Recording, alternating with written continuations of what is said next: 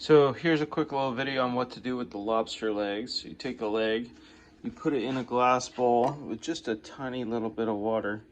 And you put a plate on top. It's got to be glass because whatever explodes won't stick to glass, it will stick to plastic and melt.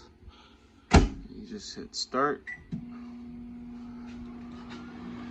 wait.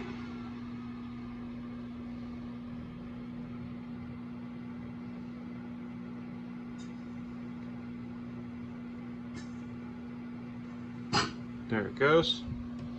Done.